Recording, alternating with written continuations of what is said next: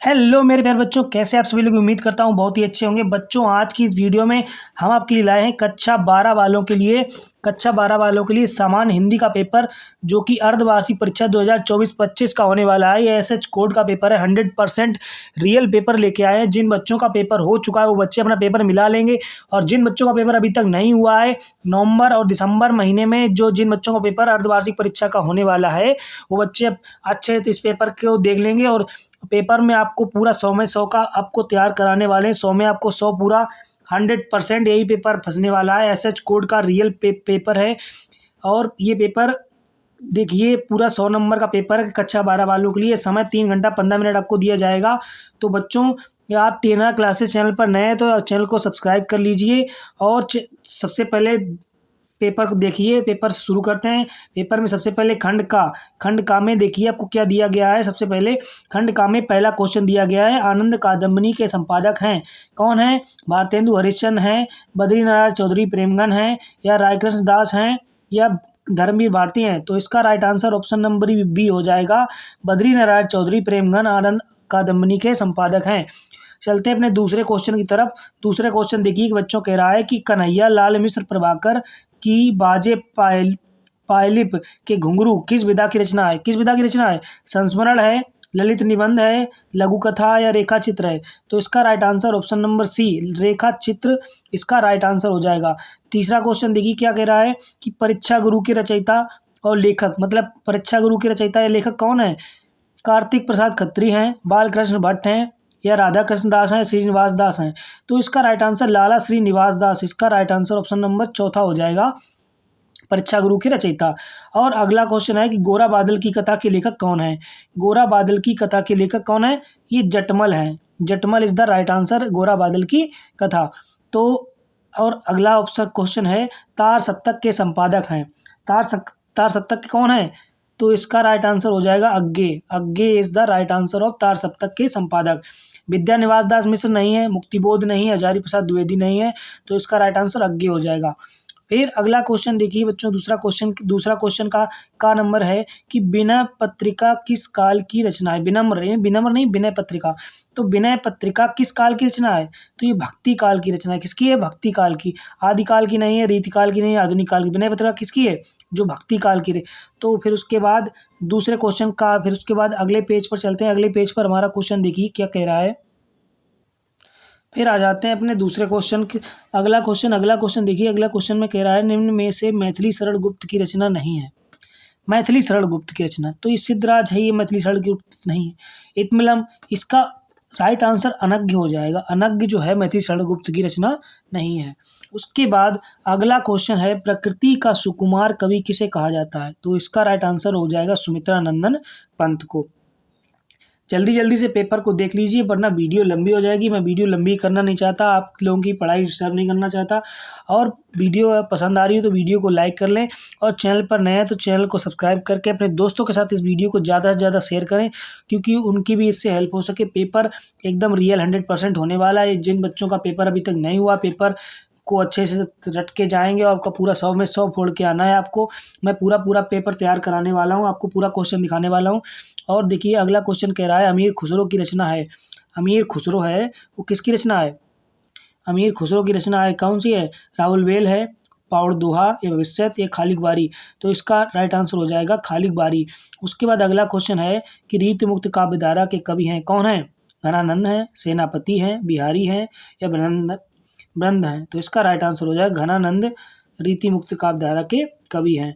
फिर उसके बाद तीसरा क्वेश्चन है हमारा। तीसरा क्वेश्चन जो दिया जाता है पेपर में, उसके बाद दिए गए गद्यांश पर आधारित प्रश्नों के उत्तर देने होते हैं। जहाँ पर वो गद्यांश आपको ये दिया गया, मातृभूमि पर निवास करने वाले मनुष्य राष्ट्र का दूसरा अंग है। पृथ्वी से और मनुष्य ना हो तो राष्ट्र की कल्पना करना असंभव है। पृथ्वी और जन दोनों के सम्मिलन से ही राष्ट्र का स्वरूप संपादित होता है। जन के कारण ही पृथ्वी मातृभूमि की संज्ञा प्राप्त करती है। पृथ्वी माता और जन सच्चे अर्थों में पृथ्वी का पुत्र हैं। तो ये किस से दिया गया? राष्ट्र का स्वरूप, जिसके लिए कौन है लेखक? कौन है? वासुदेव सरल अग्रवाल। वासुदेव सरल अग्रवाल वाले लेसन से ये हमें एक पैसेज गद्यांश दिया गया है, जहाँ से आपको ये गद्यांश पढ़ के इन क्वेश्चंस के उत्तर देने हैं। जहाँ पहला प्रश्न है, राष्ट्र की कल्पना कब असंभव है? तो इससे आपको ये देखिए, राष्ट्र की कल्पना करना असंभव है कब? पृथ्वी से मनुष्य ना हो तो राष्ट्र की कल्पना करना असंभव है। ये आप यहाँ से इसका राइट आंसर मिल जाएगा। पृथ्वी और जन दोनों मिलकर क्या बनाते हैं? पृथ्वी और जन दोनों मिलकर सम्मेलन से राष्ट्र का स्वरूप संपादित करते हैं। फिर उसके बाद रेखांकित अंश की, यहाँ से रेखांकित अंश की व्याख्या कर देनी है। उसके बाद अगला क्वेश्चन, पृथ्वी कब मातृभूमि की संज्ञा प्राप्त करती है? तो ये देखिए, पृथ्वी की मातृभूमि की संज्ञा प्राप्त जन के कारण पृथ्वी मातृभूमि की संज्ञा प्राप्त करती है। इसका ये यहाँ से मिल जाएगा। उसके बाद अगला क्वेश्चन है, पाठ का शीर्षक और लेखक का नाम बताइए। पाठ का शीर्षक कौन है? प्रस्तुत पद्यांश, प्रस्तुत गद्यांश हमारी पाठ्यपुस्तक हिंदी। यहाँ से आपको लिख देना, प्रस्तुत गद्यांश हमारी पाठ्यपुस्तक हिंदी के संकलित राष्ट्र का स्वरूप नामक पाठ से लिया गया है, जिसके लेखक वासुदेव सरल अग्रवाल जी हैं। तो इसका राइट आंसर यहाँ से हो जाएगा।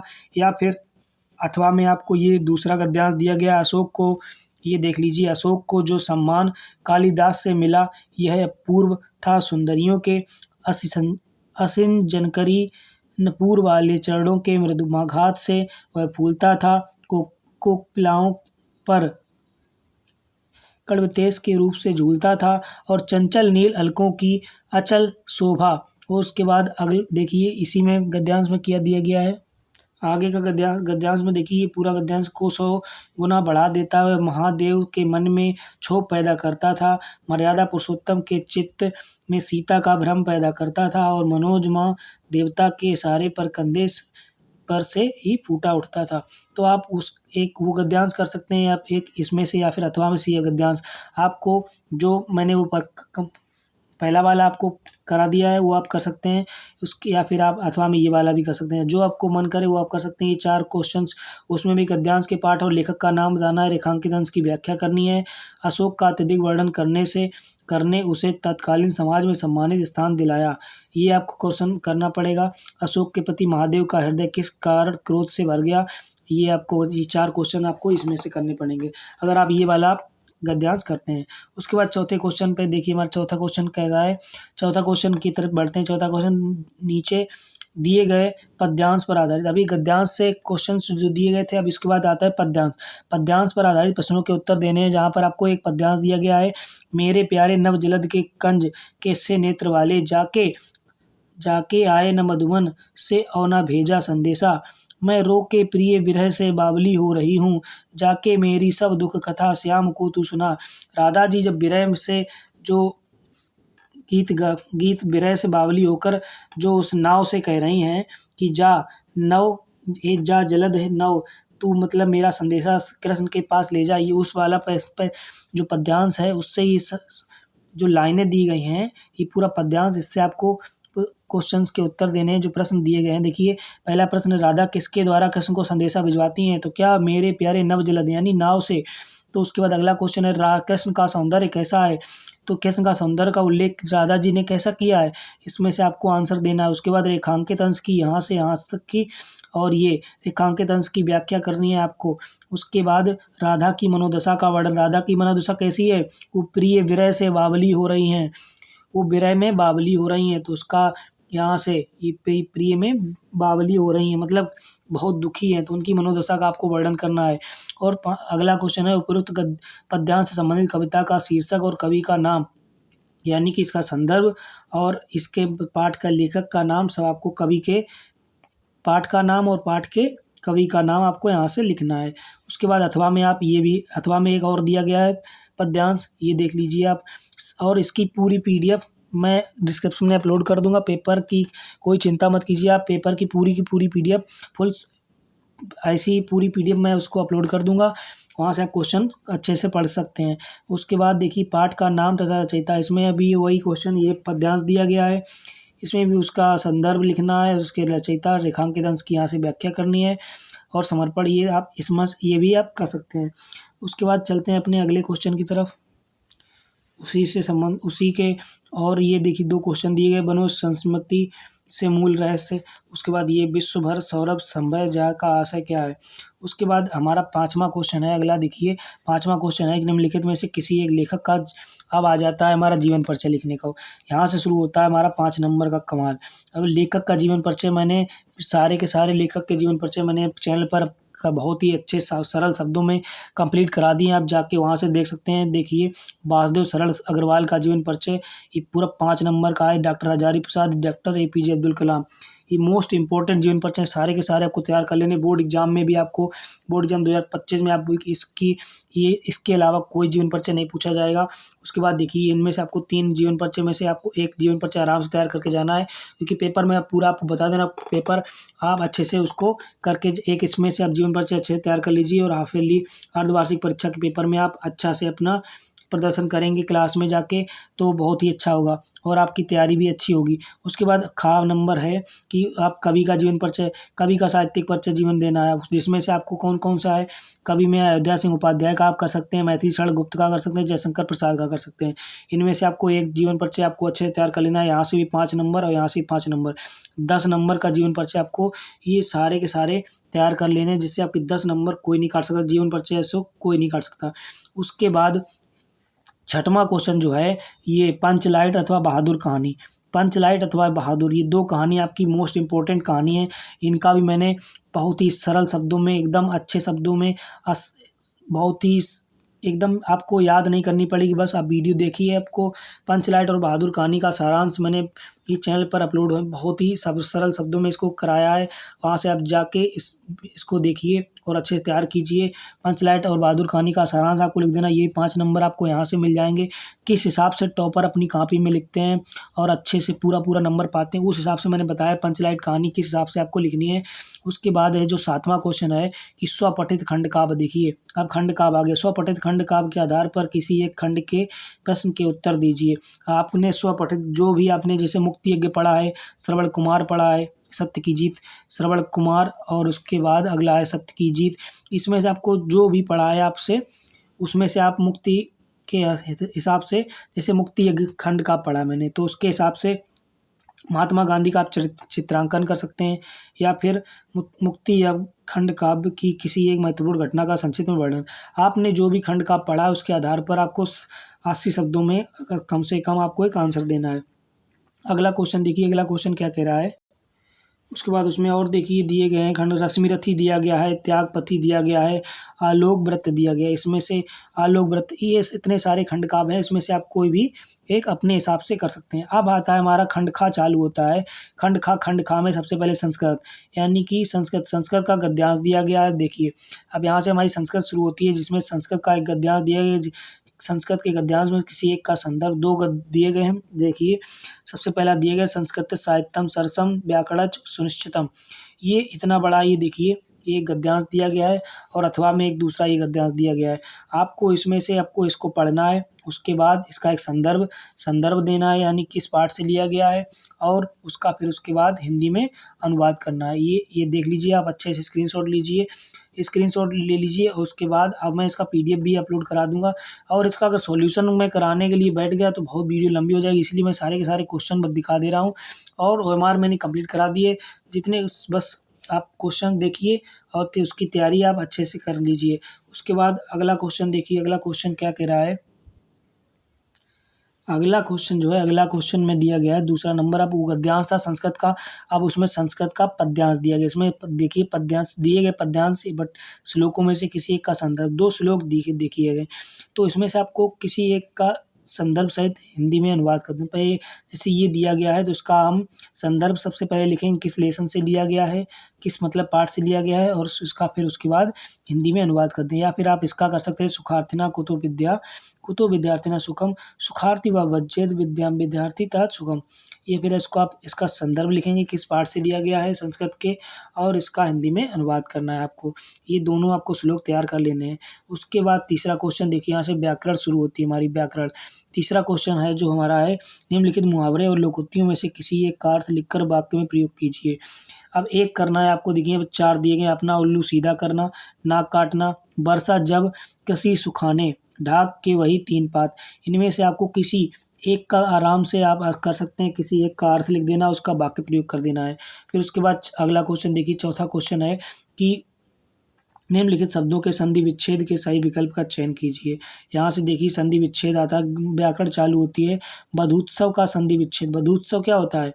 वधू उत्सव का संधि विच्छेद, वधु धन उत्सव। तो इसका राइट आंसर हो जाएगा ये वाला ऑप्शन नंबर दूसरा, वधु उत्सव। नाविक, अब नाविक का संधि विच्छेद बताना है, तो नाविक, तो इसका हो जाएगा नाव, नाव धन एक।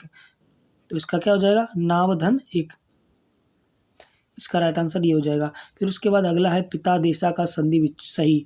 तो उसका अगला क्वेश्चन पिता देशा का सही संधि विच्छेद है, क्या है? तो इसका हो जाएगा पिता और देशा, पिता और देश। इसका नहीं, ये हो जाएगा पित्र आदेश, यानी कि पिता और आदेश, पिता देशा पित्र आदेश, ये हो जाएगा इसका राइट, यानी आदेश। उसके बाद पांचवा देखिए बच्चों क्वेश्चन है अगला। अगला क्वेश्चन है नामने में व्यक्ति और वचन। नामने में व्यक्ति वचन, इसमें पंचमी व्यक्ति है, षष्ठी है, चतुर्थी है। तो इसका राइट आंसर कौन सा हो जाएगा? षष्ठी व्यक्ति एक वचन हो जाएगा। इसमें देखिए चौथा ऑप्शन नहीं दिया गया, लेकिन यहाँ पर ये इसका राइट आंसर हो जाएगा। और अगला क्वेश्चन है देखिए, आत्मना शब्द रूप में आत्मन है, क्या है? आत्मना शब्द रूप में आत्मन क्या हो जाएगा? षष्ठी व्यक्ति, पंचमी व्यक्ति या चतुर्थी व्यक्ति। इसको आपको अच्छे से देख लेना है इसमें, और इसको अच्छे से तैयार कर लेना है। उसके बाद अगला क्वेश्चन देखिए क्या कह रहा है, अगले क्वेश्चन तरफ चलते हैं। अगला क्वेश्चन जो है हमारा, अगला क्वेश्चन है सही विकल्प चुनकर अर्थ में लिखिए। तो देखिए पहला क्वेश्चन श्रवण और श्रवण। श्रवण में मतलब क्या होता है, श्रवण में क्या होता है? तो जो श्रवण होता है, जो सावन हो गया, श्रवण परिश्रमी, तो इसका राइट आंसर ये हो जाएगा। उसके बाद नियत और नियत, नियत मतलब होता है नियत यानी निश्चित, और नियति यानी भाग्य। तो इसका right answer option number A हो जाएगा। उसके बाद अगला क्वेश्चन है सातवां, करी शब्द से सही अर्थ चुनकर। तो करी मतलब होता है सूंड वाला, सूंड किसकी होती है? अर्थ हाथी की। तो इसे आप सूंड वाला अर्थात हाथी, तो हाथी इसका राइट आंसर हो जाएगा, करी सूंड वाला होता है। उसके बाद मुद्रा। उसके बाद अगला क्वेश्चन है जी कि मुद्रा का सही अर्थ है। मुद्रा क्या होती है? रत्न, नृत्य, आकृति, यानी सोने का सिक्का, यानी सिक्का होता है, तो इसको सोने का कर सकते हैं। इसका राइट आंसर हो जाएगा सोना। उसके बाद आठवां क्वेश्चन जो है, निम्नलिखित में से किन्हीं दो वाक्यांशों के लिए एक शब्द लिखिए। जैसे कि जिसकी इच्छाएं बहुत ऊंची हों, क्या हो जाएगा? जिसकी इच्छाएं बहुत ऊंची है, तो उसका माननीय नहीं होगा, अनंत भी नहीं होगा, इच्छुक नहीं होगा, इसका महत्वाकांक्षी हो जाएगा। बहुत ही इच्छाएं उसकी है, तो महत्वाकांक्षी हो जाएगा इसका राइट आंसर। और उसके बाद अगला क्वेश्चन है जिसे क्षमा किया जा सके। जिसे क्षमा किया जा सके, तो इसका क्या हो जाएगा? क्षमाशील। इसका राइट आंसर क्षमाशील हो जाएगा। उसके बाद नौवां क्वेश्चन है सही उत्तर का विकल्प का चयन करके उत्तर दीजिए। यहाँ देखिए गलत क्वेश्चन जैसे दिया गया है, का मैं स्वामी जी का दर्शन करूंगा, वाक्य का शुद्ध रूप है, क्या हो जाएगा? मैं दर्शन करूंगा स्वामी जी का, ये गलत हो जाएगा। स्वामी जी के दर्शन करूंगा मैं, इसका राइट आंसर ये भी गलत। दर्शन स्वामी जी के करूंगा मैं, ये भी गलत। इसका राइट आंसर हो जाएगा मैं स्वामी जी के दर्शन करूंगा। ऑप्शन नंबर चौथा इज द राइट आंसर। उसके बाद खा क्वेश्चन है आपका स्वास्थ्य कैसा है में रेखांकित का शुद्ध रूप होगा, यानी आपका स्वास्थ्य कैसा है। तो इसका ये जैसे स्वास्थ्य है, तो स्वास्थ्य इसका कौन सा हो जाएगा? ये देखिए गलत स्वास्थ्य लिखा है, और ये भी स्वस्थ गलत लिखा है ये, तो इसका राइट आंसर ये हो जाएगा स्वास्थ्य। फिर अगला क्वेश्चन देखिए, अगला क्वेश्चन क्या कह रहा है। बच्चों पेपर बहुत ही बड़ा होता है कक्षा 12 वालों के लिए, तो आराम से आप अच्छे से पूरा तैयार करके जाना। इस बस ये देखिए। उसके बाद 10वां क्वेश्चन ये आता है, 10वें क्वेश्चन की तरफ। 10वां क्वेश्चन में पहला क्वेश्चन है कि हास्य अथवा वीर रस का लक्षण। इसमें हास्य रस या फिर आप वीर रस, इनमें से आप एक कर सकते हैं। ये पूरा 2 नंबर का क्वेश्चन है। उसके बाद 2 नंबर क्वेश्चन, हास्य या वीर रस में से आपको किसी एक का परिभाषा और लक्षण उसके उदाहरण देने हैं। उसके बाद अगला क्वेश्चन है श्लेष अथवा रूपक अलंकार का लक्षण एवं उदाहरण देते हुए आप कोई क्वेश्चन। श्लेष अलंकार का कर सकते हैं, रूपक अलंकार का। सारे के सारे अलंकार चैनल पर करा के रखे हैं, आप अच्छे से देख लीजिए। और अगला क्वेश्चन है दोहा अथवा कुंडलियाँ छंद का लक्षण एवं उदाहरण लिखिए। मैं दोहा में आप कर सकते हैं, अथवा कुंडली छंद का आप उदाहरण या परिभाषा उसकी लिख सकते हैं। ये अगर मैं पूरा पेपर सॉल्यूशन कराऊँ, वीडियो 1 डेढ़ घंटे की हो जाएगी। इसीलिए बच्चों पेपर सॉल्यूशन नहीं करा रहा हूँ, मैं सारे के सारे क्वेश्चन बता दे रहा हूँ। आप इन क्वेश्चंस की अच्छे से तैयारी करके पेपर में आप अच्छे से बिल्कुल 100 में 100% आप अच्छे से करके आना। और जिन बच्चों का पेपर हो चुका है तो वो बच्चे पेपर अपना देख लेंगे और आगे से तैयारी कर लेंगे, और जिन बच्चों का पेपर अभी तक हुआ ही नहीं है तो वो बच्चे पेपर अच्छे से इस वीडियो से अपना पेपर की अच्छे से तैयारी कर सकते हैं और अपने दोस्तों के साथ इस वीडियो को शेयर भी कर सकते हैं, जिनसे कि उनकी भी तैयारी हो सके। और उसके बाद देखिए 12 क्वेश्चन, 12 नंबर जो 11 नंबर क्वेश्चन है ये 10वें का 11 क्वेश्चन है कि किसी इंटरमीडिएट कॉलेज के लिपिक के रिक्त पद पर अपनी नियुक्ति हेतु उस कॉलेज के प्रबंधक को आवेदन पत्र लिखना है। या फिर आपको यहाँ पर आवेदन पत्र कर सकते हैं, या फिर अथवा में अपने गाँव में स्वच्छता एवं सफाई हेतु क्षेत्र के उप जिलाधिकारी को प्रार्थना पत्र, तो आप ये कर सकते हैं प्रार्थना पत्र, या फिर यहाँ पे आवेदन पत्र दे सकते हैं। उसके बाद और अगला क्वेश्चन जो आखिरी हमारा लास्ट क्वेश्चन है, यहाँ से लास्ट क्वेश्चन बनता है बस, इसके बाद इतना ही 9 नंबर क्वेश्चन है। कितने नंबर का? 9 नंबर क्वेश्चन है कि देखिए ये यहाँ पर आपको क्या निम्नलिखित किसी एक पर अपनी भाषा शैली में निबंध लिखनी है। अपने हिसाब से आपको निबंध लिखना है। बड़े बेटियां पढ़े बेटियां, पर्यावरण संरक्षण वनस्पति, विज्ञान वरदान व अभिशाप, कोरोना एक वैश्विक चुनौती है, लोकनायक तुलसीदास। ये सारे के सारे मोस्ट इम्पोर्टेंट जो टॉपिक हैं यहाँ पर हर बार जो बोर्ड एग्जाम में पूछे जाते हैं, हर बार बोर्ड एग्जाम पूछे जाते हैं। 9 नंबर का टॉपिक है। सारे के सारे मैंने जैसे पर्यावरण, विज्ञान वरदान, कोरोना, ये सारे के सारे मोस्ट इम्पोर्टेंट टॉपिक 3 ये चैनल पर बहुत ही सरल शब्दों में ये मैंने निबंध अच्छे से कराए हैं। वहाँ पर आज जाकर आप देखिए, ये डिस्क्रिप्शन में भी लिंक दे दूँगा और इस पूरे पेपर की डिस्क्रिप्शन में लिंक मिल जाएगी। तो यही था पूरा पेपर कक्षा 12 वालों का। ये देखिए कक्षा 12 वालों का अर्धवार्षिक परीक्षा 2024-25 हिंदी का पेपर था ये एसएच कोड का। तो जिन बच्चों का पेपर है तो वो बच्चे अपने पेपर तैयारी करेंगे। तो बच्चों बस यही था, मिलते हैं अगली वीडियो में, तब तक के लिए नमस्कार, जय हिंद, वंदे मातरम। और वीडियो पसंद आई हो तो वीडियो को लाइक कर लें और चैनल पर नए हैं तो चैनल को सब्सक्राइब करके बेल आइकन को ऑल पर सेट कर लें। हम मिलते हैं अगली वीडियो में, तब तक के लिए नमस्कार, जय हिंद, वंदे मातरम दोस्तों।